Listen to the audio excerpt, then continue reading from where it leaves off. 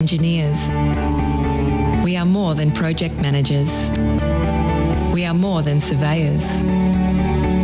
We are more than infrastructure specialists. We are more than planners. So, who are we? We are problem solvers, providing the highest quality service and results. We are a team of skilled professionals focused on customer needs and outcomes. We are 23 years of industry experience, adhering to the highest safety standards. We are Melbourne, and we are right across Victoria. We are the Lanco Group, your business partner for engineering solutions. Lanco Group. We are more than you realise, and we are ready to partner with you.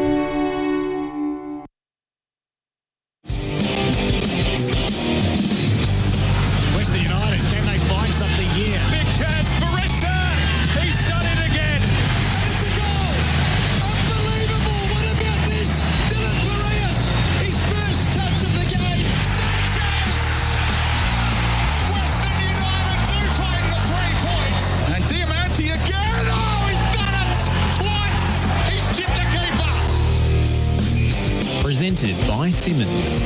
It's the Green Room on FNR, Football Nation Radio.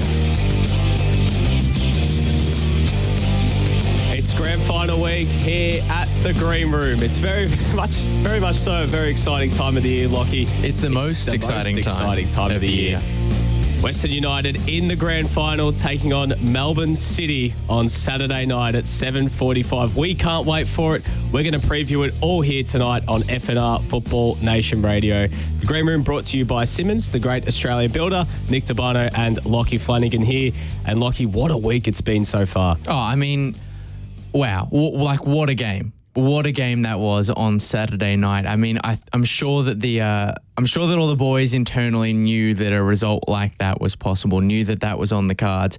But even the most ardent of Western United fans might have had a little tiny bit of anxiety, like, oh, we've got 1-0 down going into the second leg. Like, don't know what's going to happen. We want to book that spot. But the boys it was an 11 out of 10 performance, wasn't it? It was unbelievable start to finish. Oh, absolutely. Once Alexander Prijovic opened the scoring in the second leg, tied it up. It got a bit nervous around half-time after Jake Brimmer's free kick. But in the second half, it was all one way. And it just seemed like once Pereira got the second, it was only going to go in one direction. And in the end, Western United are there. They'll take on Melbourne City, a team that Western haven't lost against this year, Lachie. It's 4 straight going back to last year in terms of their undefeated streak against them. So we'll get into all that in just a moment. But first, joined by a bunch of special guests tonight, Lachie. And first, we've got Massimo Murdocca joining us on Zoom.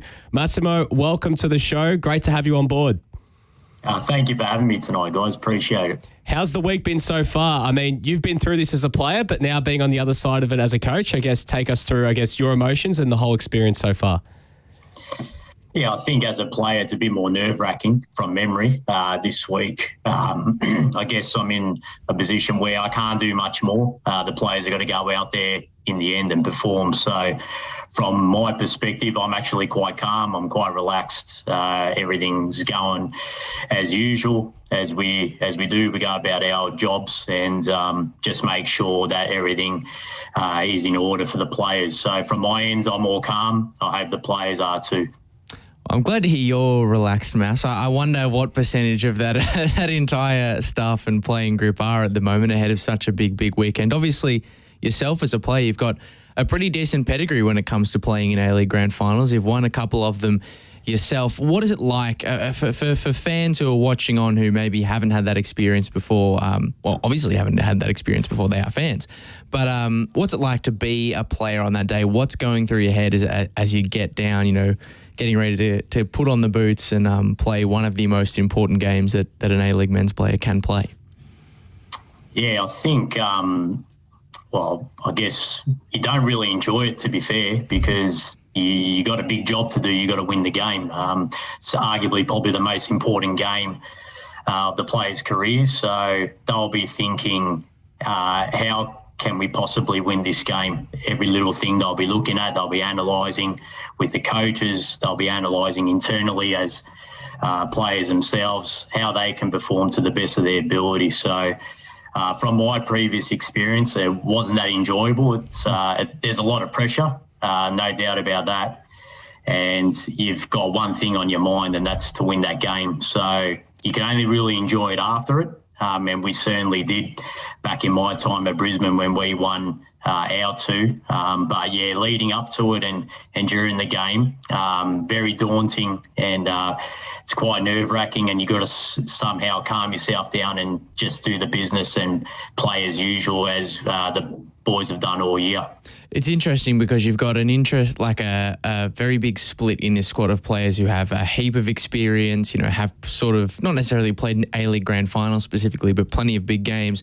And then you've also got quite that sort of younger core who are probably this weekend going into a first ever Grand Final experience. I mean, we've got Nick Milanovic in the waiting room at the moment, ready to step into the program later. Have you had any of the sort of maybe younger, less experienced boys come up to you and say, what's your advice for handling this week, handling this moment? Well, I think every Grand Final is different. When I played, we were the favourites, going up against the underdogs, and I guess the only advice I could really give to anyone is that you got to just go out there and go and enjoy the experience and gain that experience yourself. After our first one, that was my first one, best experience of my life. And there was nothing that really anyone could have said to me that would have helped me, to be honest. You got to go through it, and you got to experience it yourself, and you got to learn yourself. So these boys will do the same, especially our younger players. They'll go out there, they'll try and soak it all up and walk away from the game, whether it's win or lose, gaining experience and knowledge from that experience and becoming better players for it.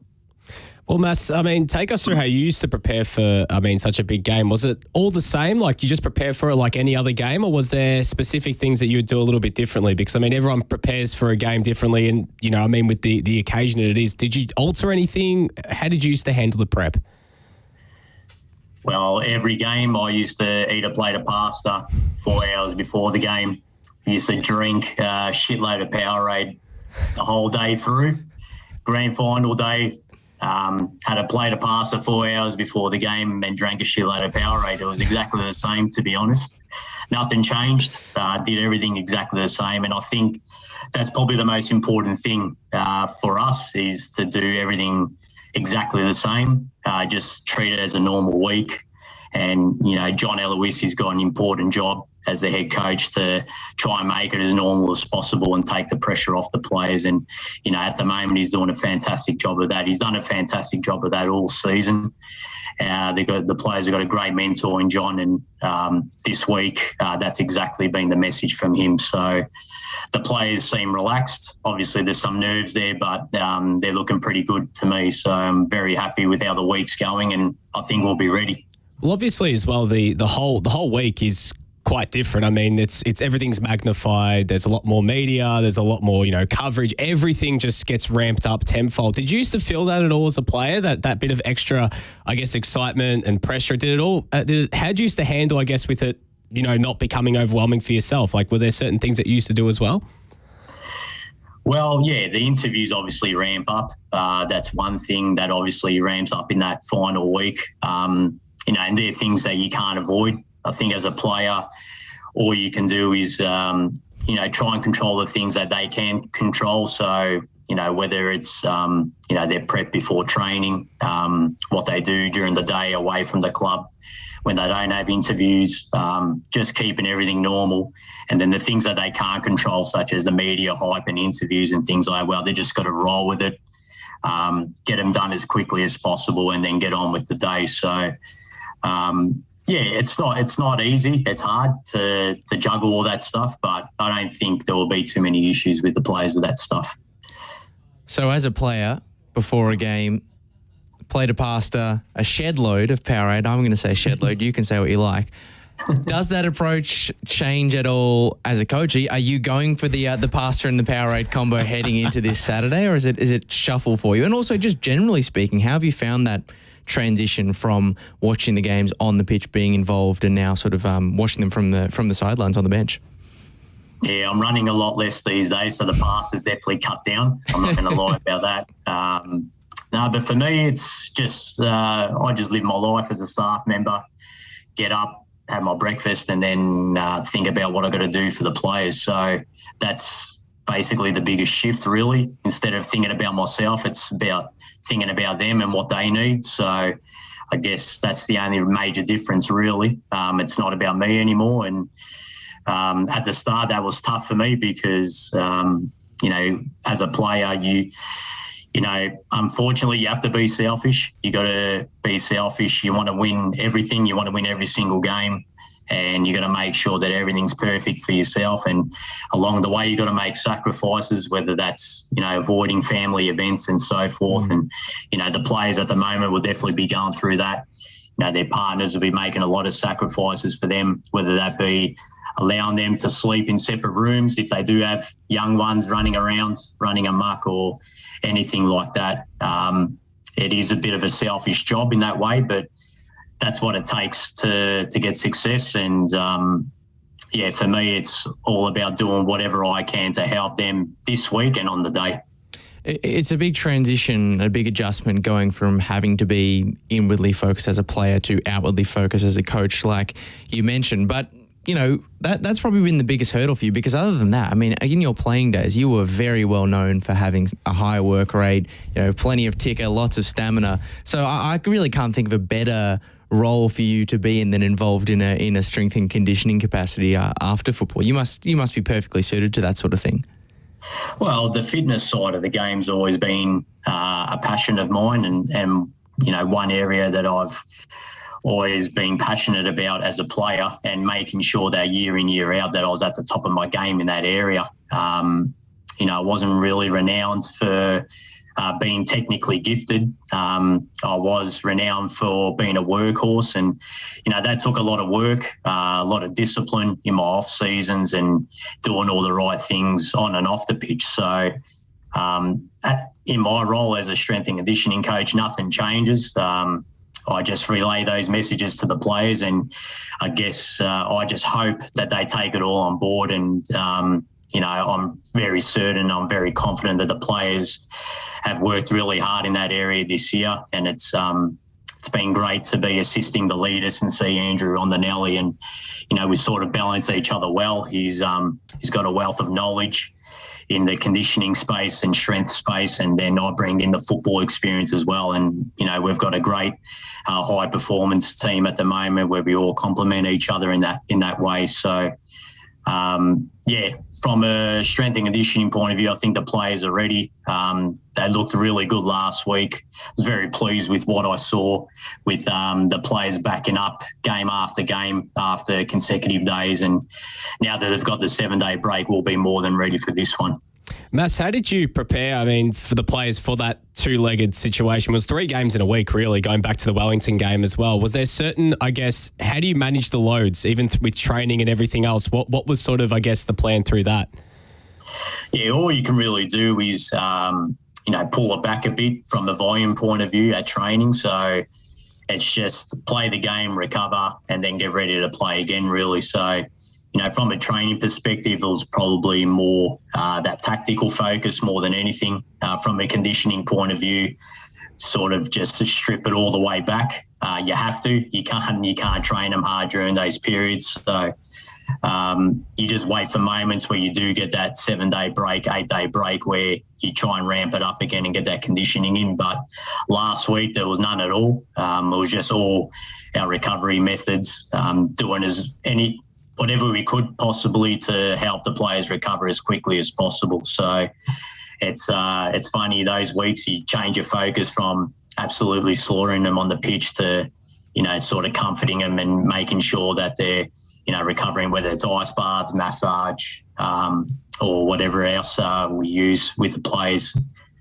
And Mass, is it bittersweet at all coming up against Melbourne City this week? You spent 2 seasons there. You played alongside PK as well. Is that at all, gone into the thinking at all this week? Oh, look, I've got a lot of respect for Melbourne City. I obviously appreciate the fact that I spent 2 years there, and always grateful for, first and foremost, them accepting me as a player. all those years ago back in 2013 and ending my time there in 2015. So, seeing that whole transition from heart to city and seeing where the club is today, I certainly feel honoured that I was a part of that journey, even though it was a little part of it. And now it's just coming up against them again. It's honestly just playing against like any other team. For me, it's not me going out there. It's just me supporting a bunch of athletes. Right now I'm at Western United and I hope to be here for many, many more years to come. But who knows what the future holds. I could be in a completely different sport eventually or at another A-League club or whatever it may be. So, right now it's about supporting Western United. Back then I was passionate for Melbourne City. So it just comes down to where you are at that particular point in time. Right now I'm a passionate Western United supporter and I'll do everything I can to make sure that they win the game on the weekend.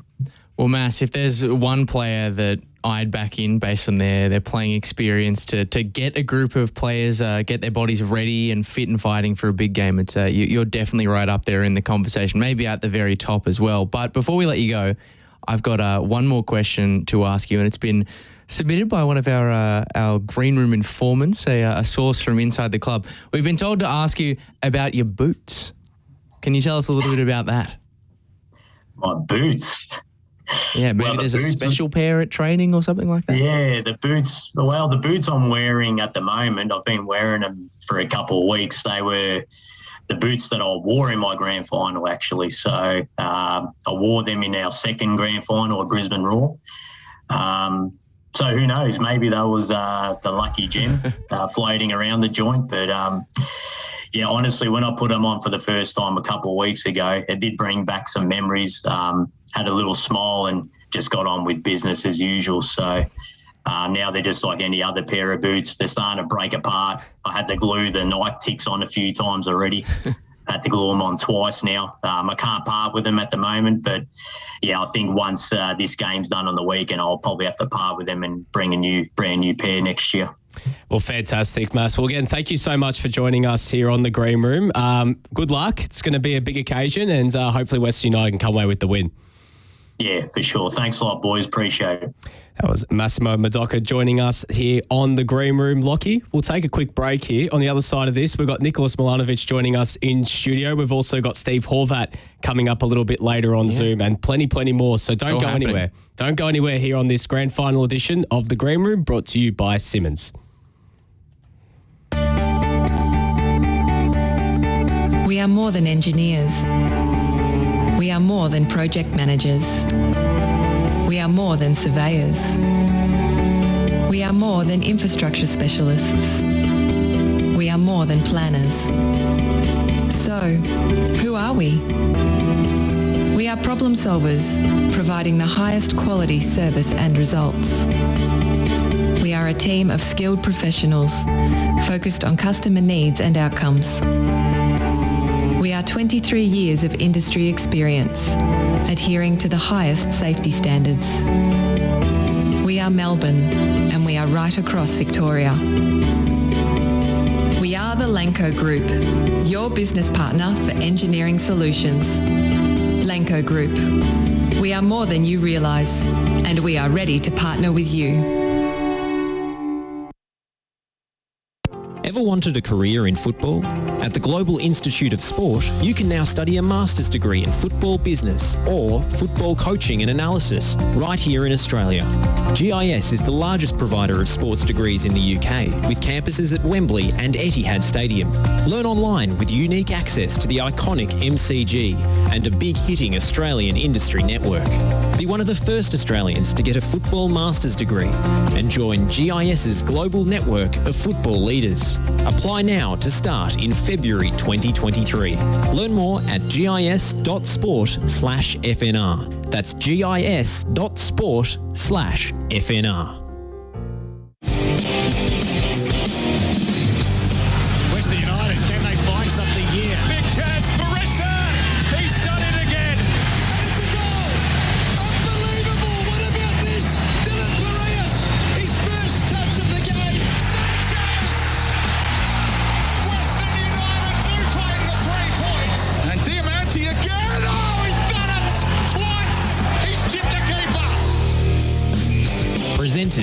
Simonds.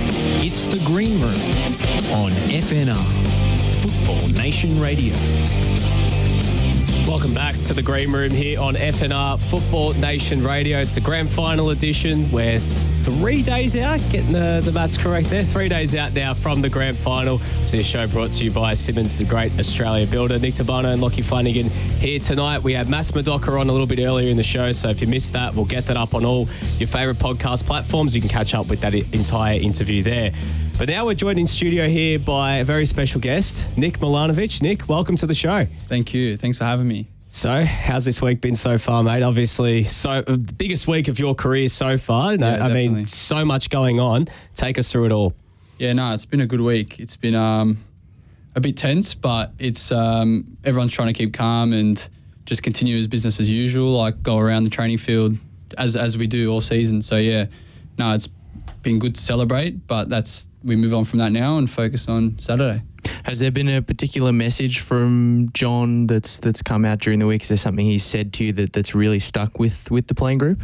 No, the boss has been good. He's been keeping us calm, keeping us level-headed since Saturday against Victory.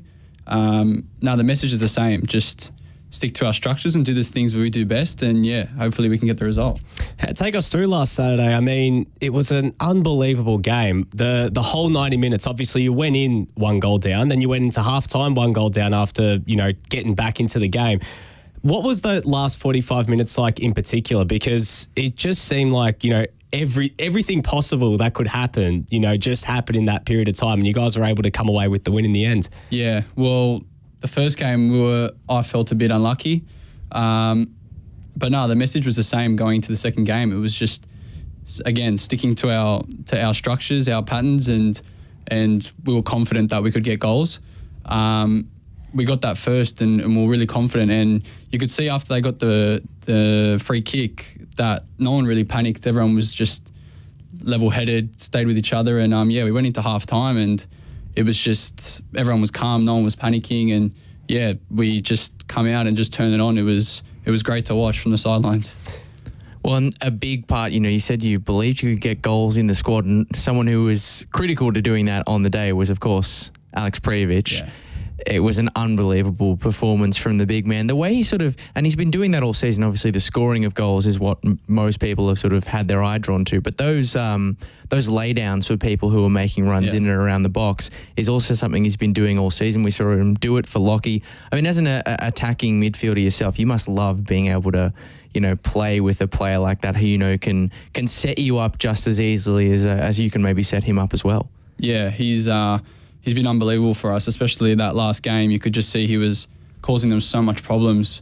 Even running in behind was causing problems for them. So, yeah, you could see as well with that Lachie goal, it was a tough ball. It was a good ball from Killer, but the way he's just put it perfect for Lachie to score, it was, that's what you want your number 9 to do, really, is score and assist, and he's done that. Take us through this season for yourself. I mean, last year, and the season before you got some minutes, but this season there was a period where you started to get some games. You scored against MacArthur and then you got injured. I guess take us through your whole campaign. Has it been frustrating at all in bits, or how have you felt, I guess, throughout this whole time? This year for me, obviously, it's been progressive since the last two, but since the boss coming in, he's been really helpful. He's given me the confidence to come on and do my job, and obviously it gets frustrating at times being on the bench. You want to get out there and help, but he's always in training, helping him and Foxy and Johnny, always getting us ready for when we are called on and have to do a job. So he's put his trust in me against MacArthur, and I felt like I paid that back a little bit. But it's been good. He's been good. He's been helpful, and you just have to wait until you get called on. Yeah. Well, the last time we did have you on was right after that MacArthur game, where you did grab the goal in your first start, and you were speaking that time around about the sort of pre-match chat that Dia had with you, saying like, I sort of believe you and you can do this. Is there a particular player over the stretch of the season that has maybe one of the older boys that's had the sort of biggest influence on you and what you've learned this season? Is it Dia? Dia is definitely one of them. I think a lot of the time when you when you're getting around the boys before the game, it sticks with you that some players tell you, like, be ready, you're going to come on. Like, there's a few. Like, always, I'll give Walesy a mention as well. He's always pumping up the boys on the bench, get ready to go, because obviously he's been in those shoes as well. Lachie, honestly, a lot of them, like, they tell you to pump up to come on. Like Youngie, Topper, Rizzo, they're always up and about and getting you ready for when you have to come on. It seems like there's a really good vibe around the group right now as well. It feels like this season in particular, you know, me and a few other guys were down there yesterday. We saw you guys for the team photo shoot. Great vibes all around. Seems like you guys are all on the same page and pulling together. Have you noticed that more in particular this season? Yeah, definitely. I think we had a bit of obviously a reshuffle with the management and a few players coming in, a few players going out. But no, this year the vibe has been like really, really, really good. And I think you can see it. You can see it on the field. You can see everyone just understand each other, and you see when we celebrate in the change room, no one's lucking around, no one's frustrated. Like, the boys are as happy playing and scoring than the ones that aren't. So you can see the vibe's really, really good, yeah. And just in terms of Dare, I mean, he's been on the touchline. It's been a very frustrating few months for him, obviously, with his knee injury. But it's considering you guys both play in the same position, and, you know, his wisdom, and we see he's still all the time, you know, in amongst it. He wants to be part of it. He's doing what he can. Do you feel as if that you can gravitate a bit more towards him, giving that bit of extra advice? Because you two both play that same role. What has he sort of passed on for you in that sense? Well, ever since I moved here, he's been here. So you just watch him and admire what he does on the field. So, he's always positive, as you can see on his Instagram, his social media. He's always laughing and he's about. But he could easily now, with his injury that he's had for a while, been moping around. But he's been unbelievable with the boys. He's come around us. He's pumped us up before games, after games. You can see the celebrations after victory. He was the first one on the field. So you can see he's pumping us up about, and I take from that as well. So I mean, nothing sort of sums that up better than somehow in the post-match videos we saw Dia, who wasn't playing, didn't have the match kit on, somehow ended up being one of the first people with his shirt off. How that happens, I don't know, but I think he was just sweating. That's what he said. But I'm not complaining about it at all. And I'm glad we bring up the sort of post-match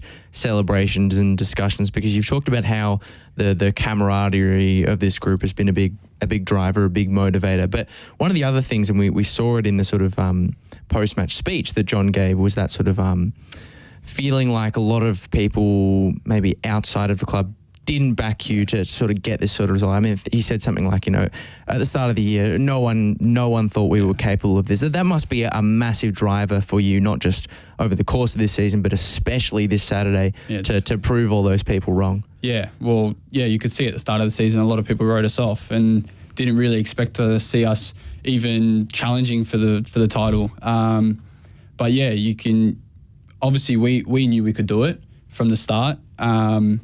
But you could see with other people's social media and tweets from experts and other stuff around at the start of the year as well, that maybe it wasn't possible for us to do what we have done. So he put it to a T, the boss. Like, no one really understood that in that room we could actually do it. So hopefully one more, and that's it. That's puts the icing on it. Take us inside the inner sanctum, because every week we've obviously had a player on and they've spoken a lot about your away trips and about these card games. I mean, we had Lockie Wales bring it up. We've spoken to Ben Garuccio, Ryan Scott, the lot, and they've all brought up, they've thrown everyone under the bus here. But this is now your chance to respond.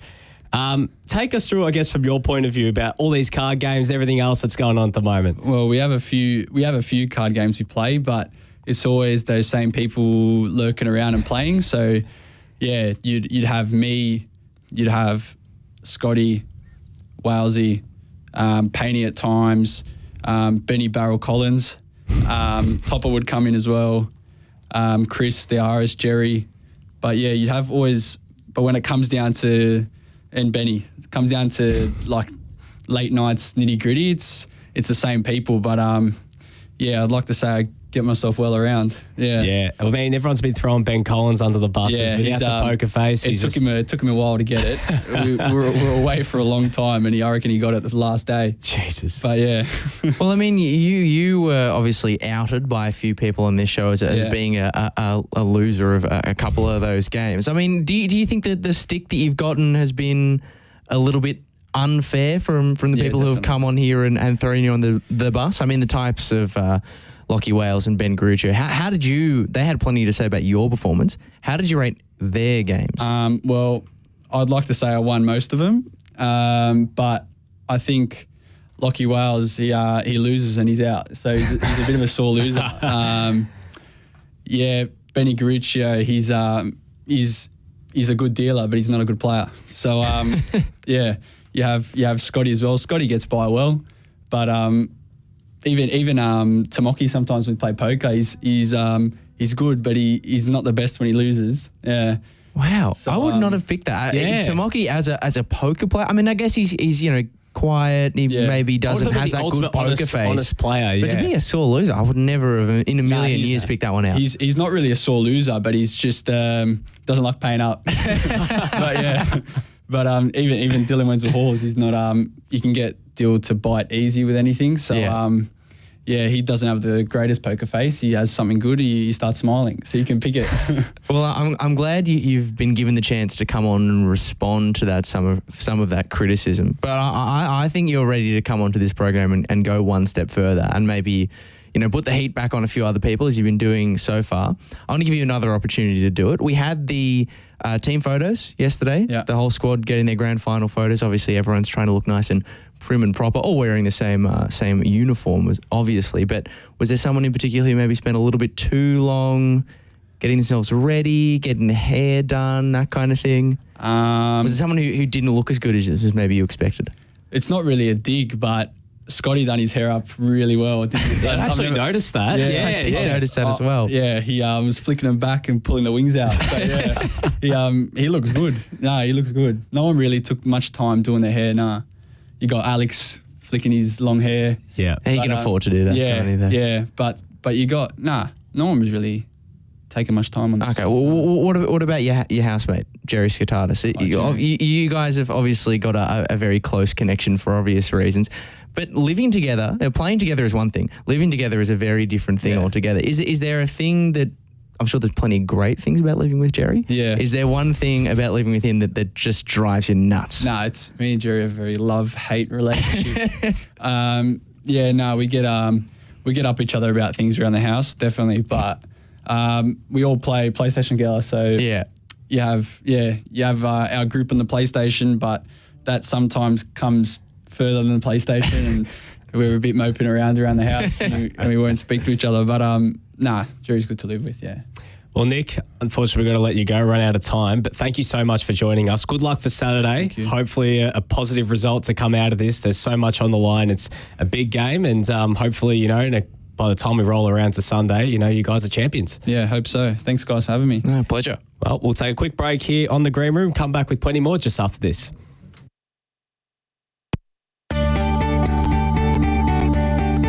We are more than engineers. We are more than project managers. We are more than surveyors. We are more than infrastructure specialists. We are more than planners. So, who are we? We are problem solvers, providing the highest quality service and results. We are a team of skilled professionals, focused on customer needs and outcomes. We are 23 years of industry experience, adhering to the highest safety standards. We are Melbourne, and we are right across Victoria. We are the Lanco Group, your business partner for engineering solutions. Lanco Group. We are more than you realise, and we are ready to partner with you. Ever wanted a career in football?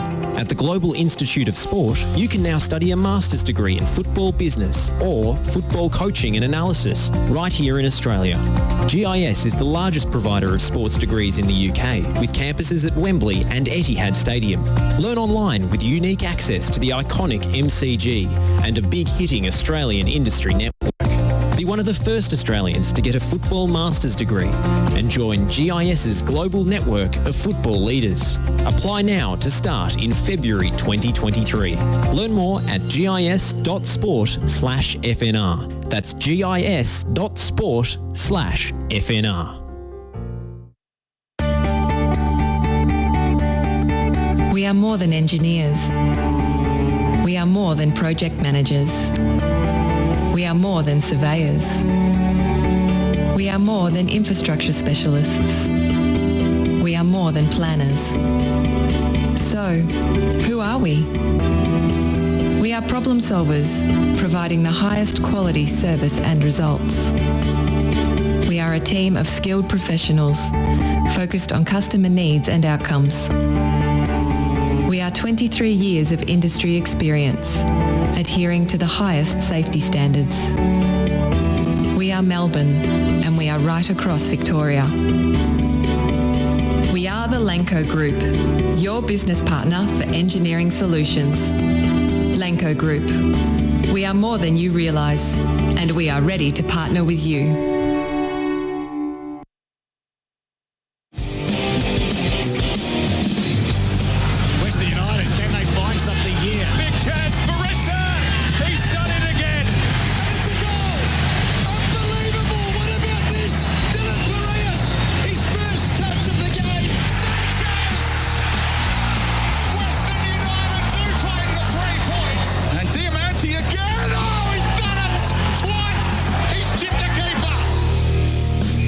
Presented by Simonds.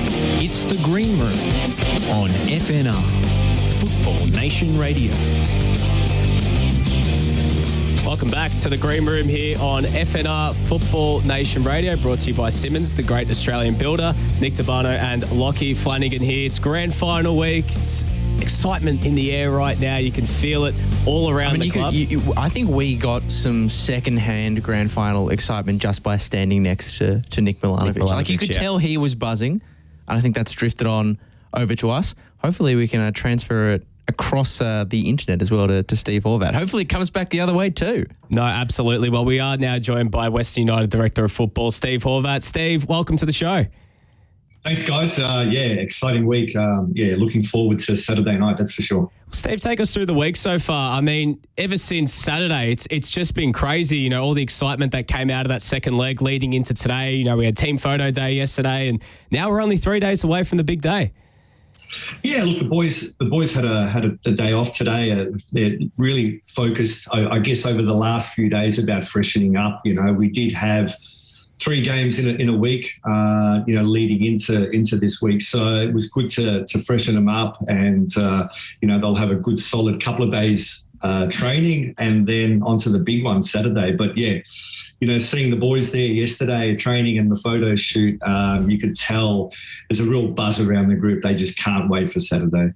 Well, Steve, we asked Milo a sort of similar question before, but I want to go back to the last time we had you on this program, which was right after the opening weekend, which, of course, the 1-0 loss to Victory. Funny, perfect timing to have you back on next time Victory come around. But there was a lot of really positive things to take out of that game at the time, but obviously loss on the opening day, never what you want. Did you think even then that this was going to be the outcome? This is where Western were heading for the big dance, the final game of the season?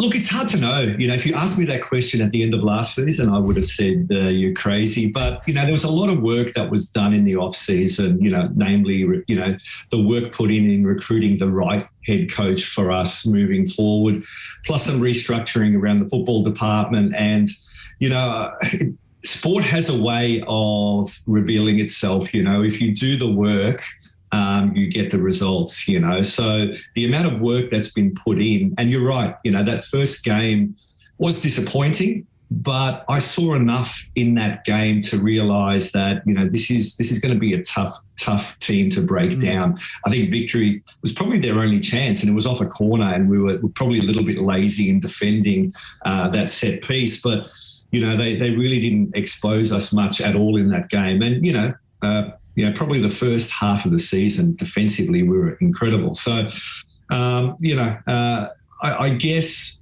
you can never know how a season plays out, especially, you're asking in reference to that first game. But, there's been a lot of adversity. There's been injuries, off-field, issues. And I think the group has handled it just extraordinarily well. Yeah, I mean, and fast forward to now, I mean, to put 4 past a Victory team who you've just praised for their sort of defensive nous this season. Did anyone even do that this season? I don't think they did. So that is a remarkable achievement. You mentioned the amount of work that went in the off-season to picking out the right coach, and you were obviously also involved in the committee that had a say on transfers as well, and picked out which players to bring into this side. Given we've just come off the back of a weekend where one such player in Alex Prijovic has played such a big role in getting the team into the grand final, do you give yourself a little pat on the back for the way all these signings have panned out? Because it seems like, I went through the list before, it seems like most of them, if not all, have been a smash hit, the new faces at the club this year. Yeah, look, it's a team effort.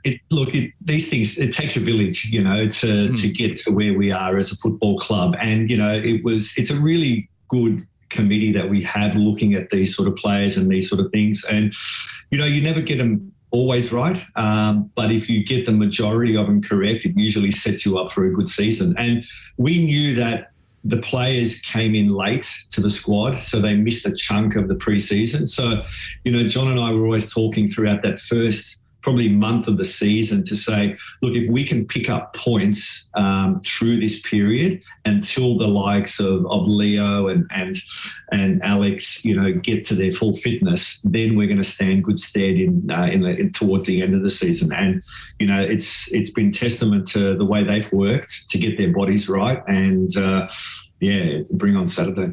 Steve, going right back to the start here, I mean, it's only 3 years ago where this club hadn't even played a game of football before, and obviously you've been there from day dot, going back before Western United even had a name. I mean, seeing where it's gone from the expansion bid to now where you are, I think that off the top of my head, bar the first 8 A-League teams, you have the chance to win a championship in the shortest amount of time. Obviously, the Wanderers didn't get it done, but there's that opportunity. Do you ever pinch yourself sometimes and go like, wow, like we've done this so quickly, like you never could have seen this coming? It actually really hit home when that fourth goal went in the other night. I remember standing on the sideline, and my wife was just literally filming me from the side and me not knowing. And the fourth goal went in, and I started crying like a little baby. It was the emotions were unlike, it's different when you're a player, but when there's been so much time and effort invested into what we're trying to build at this football club, and to see that, opportunity now arise by qualifying for a final, it was a little bit too much for this old guy, and there were a few tears shed. I think Jason, our chairman, was shedding tears, and we're just all big softies. But incredible. Everyone goes into a season looking to play on the last weekend of the year, and it doesn't happen too often. We're going to try and, season one we were one game away from a grand final. Now we're in a grand final, and I know, being a player as well, sometimes you mainly only get one opportunity in your career to play in a grand final. So I'm sure the boys are really going to make the most of it this Saturday night. Steve, mentioning grand finals, you've played in one and you've been best on ground in one as well. I mean, how did you used to prepare for these big games? Because it's not like this is your first rodeo either.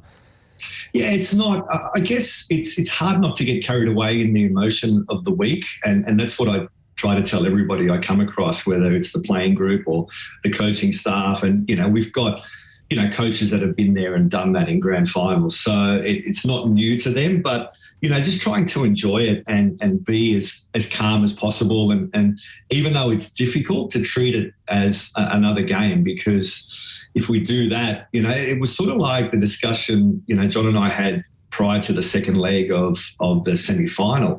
There's not a lot that we needed to change in that game. We needed to keep defensively sharp, not concede, and we'd be in the game until the 95th minute. Now, you don't know how a game is going to play out. Obviously, we scored, they scored, so the dynamics of the game changed. But, as a player, I guess it's just really important to savour these experiences, because, like I said, you don't know when your next one is coming.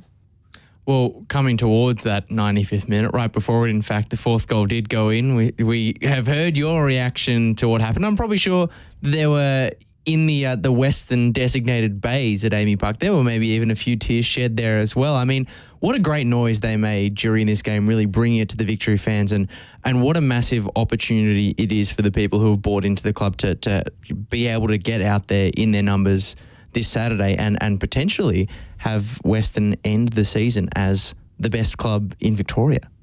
Yeah, look, it's I actually did an interview with the A-League website, and going back to the beginning, it's quite incredible to go over to the Active as we did after the game, and I see some of the faces there that were there even before we had a license, when we had these community forums out in the West, and you see some of those same faces and what it means to them.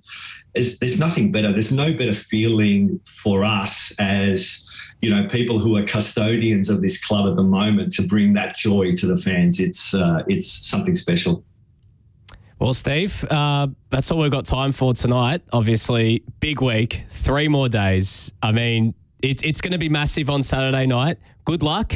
Hopefully all this hard work, all the effort comes away with some sort of silverware at the end of it. And I'm sure we'll chat again with you soon. So good luck. Looking forward to it.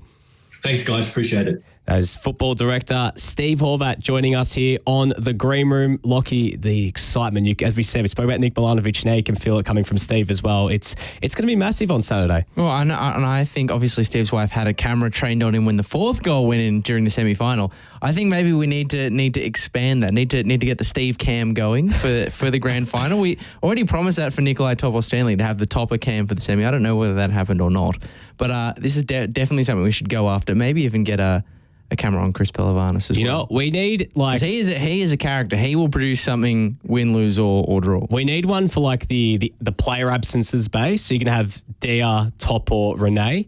I reckon you have one in the corporate section with Jason and Chris.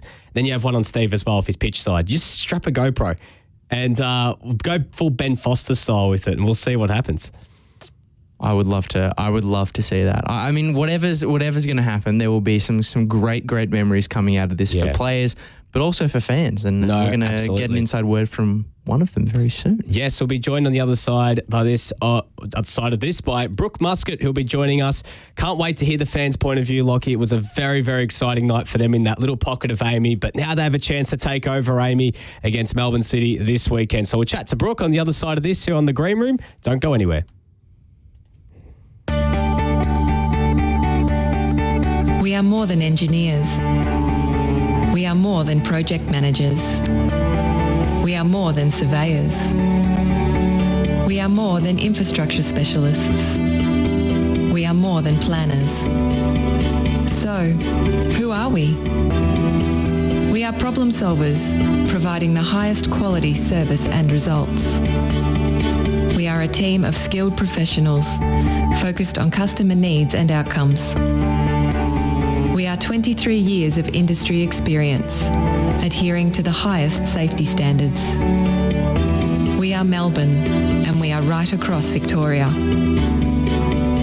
We are the Lanco Group, your business partner for engineering solutions. Lanco Group. We are more than you realise, and we are ready to partner with you. Ever wanted a career in football?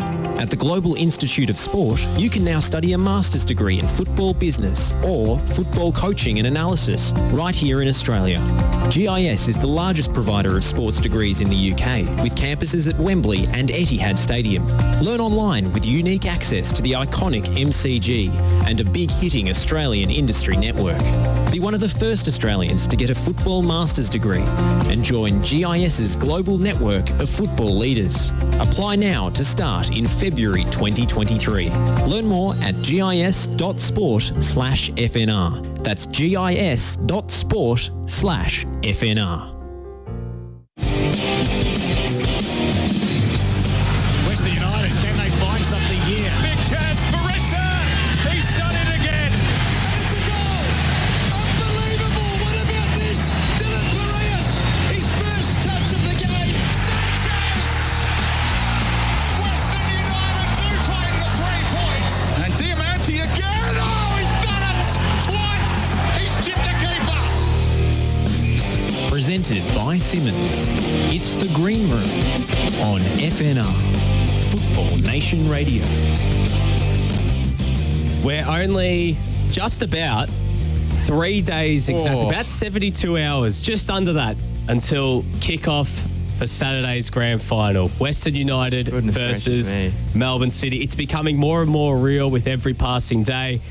We've spoken to so many people involved with the club. We've spoken to Massimo Madoka, Nicolas Milanovic, Steve Horvat. You can feel the excitement. We've got our media friend out here, Nick Hughes, is telling us all about it. You felt the excitement from him as well. He's already shaking with nerves. He walked in and it was just I saw him downstairs. Almost. He had his food, and I was thinking, mate, you got to settle. Otherwise, you're going to spill your food everywhere. Just, steady up. Well, I should mention, Nick, it's not the only important Western United final happening this weekend. Over in the A-League as well, Dylan Campbell, he's through to the finals. If he wins on Saturday, he's 1 win away from playing in the grand final. So he's the number 1 seed. He's finished top of his group. So we could be talking about a double Western United grand final weekend. Oh, 2 trophies. Massive.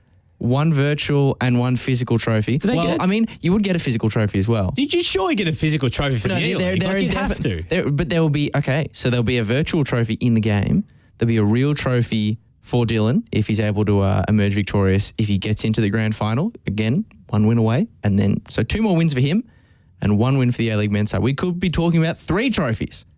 3 real trophies. And 1 virtual trophy as well. And then hopefully next season we can have the... Now, I remember in seasons gone by, Sydney FC were very happy about that. They would have called that a treble. They would have. I think Western United should just call it a treble anyway, because why not? Exactly. Just why not? Claim it. I'm on board with that. Claim it. I'll talk to Lucy afterwards and tell her get that up and going for the PR campaign. But anyways, Lachie, we mentioned before the fans were in great voice on Saturday night in the little pocket at Amy, but this week they have the chance again to take over Amy Park up against the reigning champions at Melbourne City. We've got Brooke Muscat, who was there on Saturday night. I'm sure, Brooke, you're going to be there again on Saturday. Welcome to the show. Thanks, guys. Thanks for having me. And yes, booked my tickets at, I reckon, 11:01. Like straight away. I was there. I was at work, turned on the computer, got front row in the active. I'm stoked. Well, take us through last Saturday, Brooke. It was a crazy game. It's like nothing I've ever been a part of before. It was insane. I think John Aloisi's words summed it up the best, that no one except people at Western United believed that we could do this. And I think all the fans came in with positivity. 1-0 down's nothing. We knew the boys played well on the Tuesday, and just Saturday was a dream come true, really. And so many people were, of the Western United supporters that were there on the day were in those 2 bays side by side, not just the actives, but many other people who were getting involved in that active area too. Do you feel like that made a really big impact, not just on how you guys enjoyed the game, how you experienced the game, but also the players as well? Because like I was saying to Steve, the noise that you guys were making from those 2 bays, you guys were putting up a very, very competitive showing against Victory, who are known and revered for their active end. Yeah, it was phenomenal. Like getting all the families involved, I think is a big one too. We're a big family club. We got a lot of members who are families. So to see all the kids get involved, some of those families as well, just their parents getting up and about with the kids, like it was just a really good vibe. The active were nice and strong, nice and loud, and then just seeing everyone come together and just get behind the team was huge. And I think the players feel it. The players definitely, they feel the atmosphere of Victory that made as well. But when you see that your own fans are up and about and all standing, I think by that end of the game, like that 90th minute onwards, every single person in our base was standing up. And it's like we haven't had that all year. But it was friggin' awesome. And I really hope we can bring that again this week. We've got good news that I believe Bay 38 is sold out. So our bay should be nice and full, which is awesome. So fingers crossed we can bring that again. And hopefully all the families get involved again, because it was just so awesome just to see, people of all different age groups just going at it. It was awesome.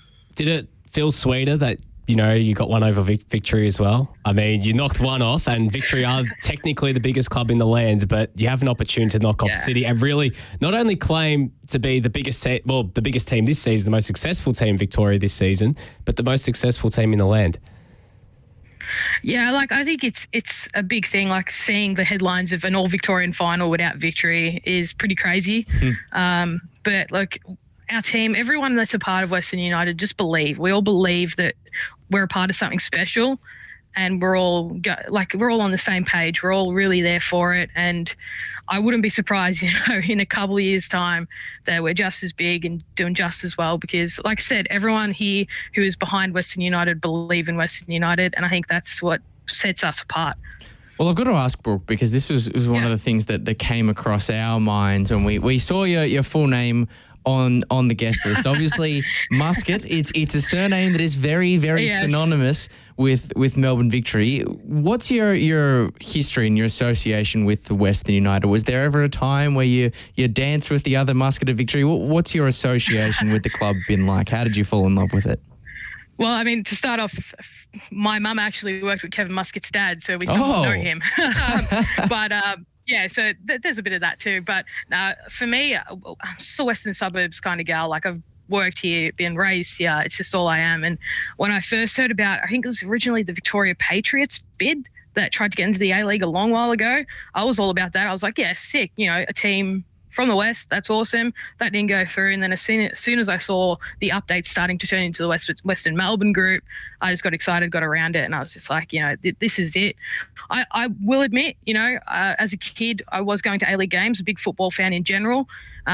Obviously, back then it was Victory. You know, when I was younger, that was the only team around. So I'd be going to go to games. But when I got old enough and kind of, I guess, lost interest in football for a bit just for personal injuries when I was playing, just kind of lost the love for it. And like I said, Western United came about and I was just hooked. I don't know why, just there was something about it. It was ambitious, local to me. I'm like 10 minutes from where the ground's going to be. So it just kind of reignited that spark for me, and I haven't looked back since. Well, I can imagine like that must be an easy way to see the light, so to speak, is to the option of representing a club that actually represents where you're from rather than just a sort of generic team who stands for everyone. You know, to be part of that West is a massive, massive deal. And to that end, because you've had to put up the Western fans with quite a lot of trouble and pain from your noisy neighbours throughout your years in the competition, what would it mean to end at the full-time whistle, be it after extra time or penalties or in regular time? Let's hope it doesn't go to penalties, Lachie. For Brooke's heart rate, for Brooke's heart rate, let's hope it doesn't.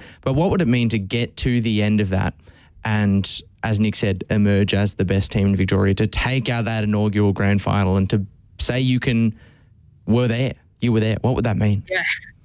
Well, I mean, I was kind of saying that after the semi anyway. Like, I think I was one of the last ones out of the bay, and I was just kind of standing looking at Amy Park and thinking, next week we're going to be back here. And it was mind-blowing. But look, if we get the job done, it'll be something we remember forever. Like, I'm going to remember the semi-final forever. Anything from here is a bonus, and I'm just proud of the club. It would be amazing to walk away with that toilet seat. Bro, I've got to ask before we let you go, is that an Ike Guadalchena jersey on your left shoulder? Yeah, so that one there is, it wasn't one of his. I wish it was one of his, but I did buy that with his number and he signed it for me. The two Ryan Scott ones are his, and that's Luke. So I got Ryan Scott first season and second season, and then I've got Giselle FFA Cup one. So two that's a Ryan Scotts. That is incredible. I don't know if you saw one of our fellow Western United fans, Ben Jorgensen, who joined us last week. I was full of a lot of praise for his Ryan Scott jersey that he had on his wall. I'm wondering if you saw him and was like, well, I've got to show this guy up. Four is an incredible effort and a testament to how passionate you are about this football club. I've got to say, it's a very niche collection, Brooke. Luke Giselle, Ryan Scott, Ike Guadalchena. Like, that is... I would love to see those three together, just having a coffee. Yeah, well, I mean... whack a camera in front of them. That'd be it would be great. Wherever Ike is, I think he's playing back in Spain now. But anyways... he's doing a good job too. Yeah, he's doing really well over there. So good on him. We do miss Ike. But anyways, Brooke, thank you so much for joining us.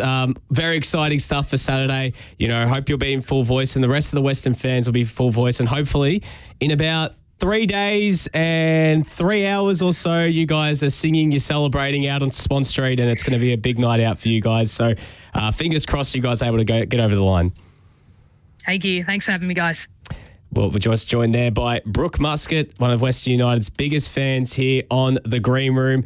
Lachie, it's now time for us to leave it. It's time now. We put it in the hands of the gods. It is in the gods. We can't do anything more. We've hyped it up as much as possible. We've done all we can. We've spoken to the requisite people. There's only one job for us left to do, Nick, and it's after we've ended this show, after we've played the intro music, it's just go and settle the nerves of media man from Western United, Nick Hughes. Just give him a big hug. Tell him it's all right. You guys have got it. Hold your nerve. And that's my message to every Western United fan. Keep calm, carry on, get down in your numbers, in your fine voice this Saturday. And hopefully we're going to be celebrating history. Celebrating history will be. If they do win, remember this will be their first ever piece of silverware.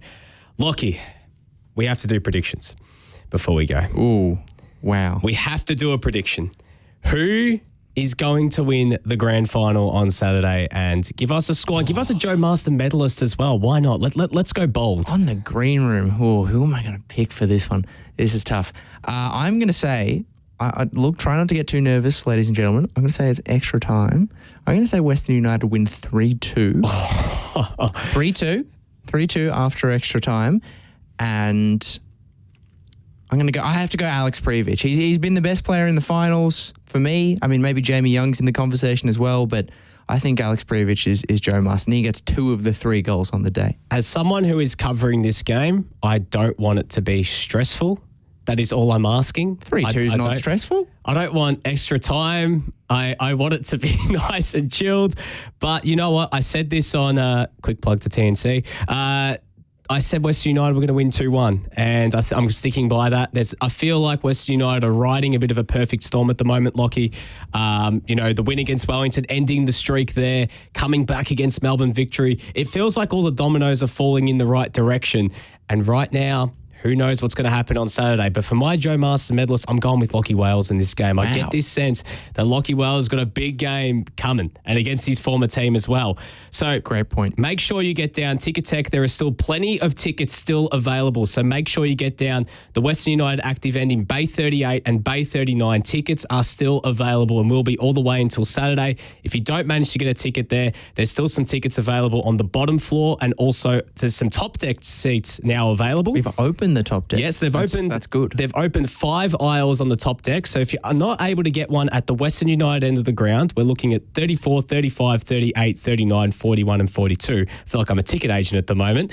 Then make sure you get to any of the other places. But maybe don't go base 16, because base 16 is the Melbourne City active support. Well, this is the other thing I will say. If you can't get in the 2 main active supporter base, get alongside them. You can still contribute to that Absolutely. voice. And I genuinely think that the Western Service crew are a good chance to outsing their opponents on the weekend. Absolutely. And remember, guys, the history is in Melbourne City's favour. Western United's favour.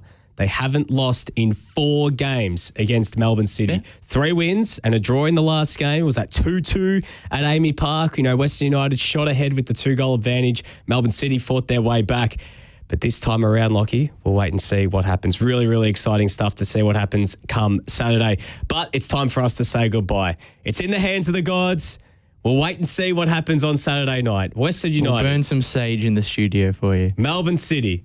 A-League Men's Grand Final this Saturday, live from Amy Park. Get down there, show your support for the green and black. It's going to be a cracker. So for myself, Nick D'Urbano and Lachie Flannigan, and a big thanks to Simonds for sponsoring the show. We'll see you next time. Western United, can they find something here? Big chance, Barisha! He's done it again! And it's a goal! Unbelievable! What about this? Dylan Parias, his first touch of the game. Sanchez! Western United do claim the 3 points. And Diamante again! Oh, he's done it! Twice! He's chipped a keeper! Presented by Simonds. It's The Green Room on FNR, Football Nation Radio.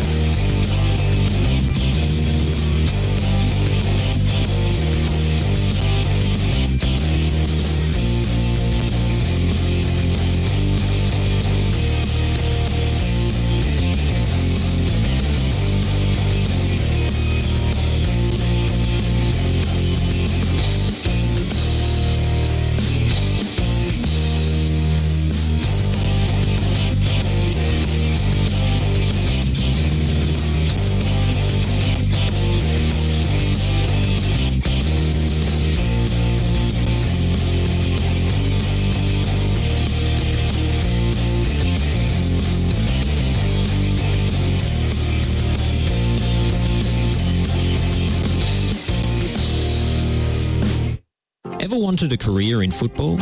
At the Global Institute of Sport, you can now study a master's degree in football business or football coaching and analysis right here in Australia. GIS is the largest provider of sports degrees in the UK, with campuses at Wembley and Etihad Stadium. Learn online with unique access to the iconic MCG and a big-hitting Australian industry network. Be one of the first Australians to get a football master's degree and join GIS's global network of football leaders. Apply now to start in February 2023. Learn more at gis.sport/FNR. That's gis.sport/FNR. Sometimes I feel, I don't know. Buona giornata, buona serata, buona giornata. There's not really time to relax and take an espresso for Juventus. You thought I forgot about you, didn't you? You thought I forgot about you, didn't you? Attaccare! Attaccare!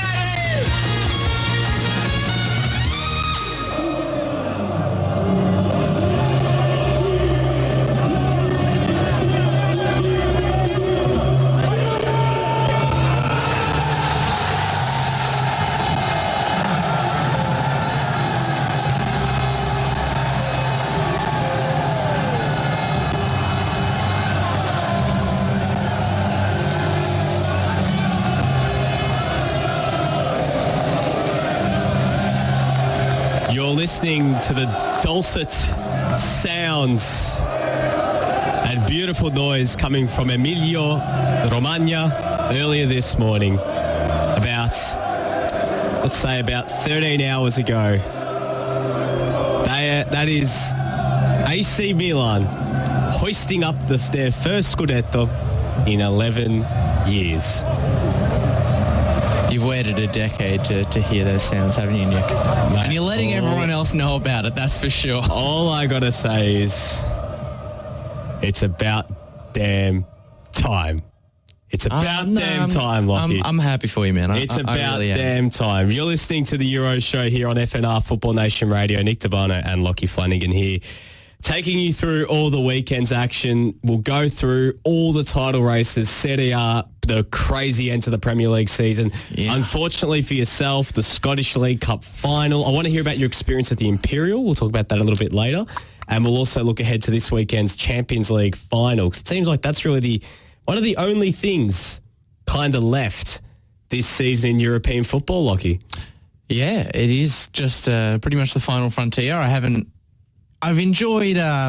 I enjoyed the Premier League quite a lot last night. That was fun to watch. Obviously, Serie A was on much less of a knife's edge. It was more like a rolling pin's edge. It was pretty right. It was pretty safe. It was pretty safe for Milan, especially once they got the goal, through Rafael early into the game. But yeah, look, the less said about the Scottish stuff, the better. Really painful turn of events against Rangers. But look, Nick, as a Hearts fan,